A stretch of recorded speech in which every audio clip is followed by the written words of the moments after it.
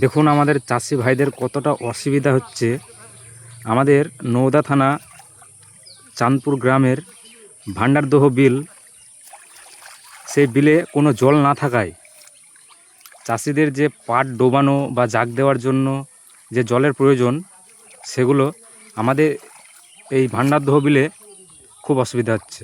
তাই জাগ দেওয়ার কথা বুঝলে না, পচানো কথা বল। পচানো, বলো, তুমি বলো। পাট পচানোর খুব অসুবিধা। ভান্ডারদহ নদীতে জল নাই। এটা তোমার এই নদী সংস্কার করতে হবে, তাহলে চাষিরা পাট নিয়ে কোনো সমস্যায় পড়বে না। আচ্ছা, এই কথাটা তুমি কাকে জানাতে চাইছো?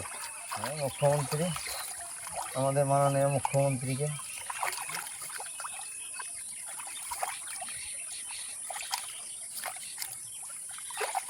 আমাদের অনিলাল তো মুখ্যমন্ত্রী, ও ছাড়া বা কে করবে? যা কিছু করা তুই, তাই না?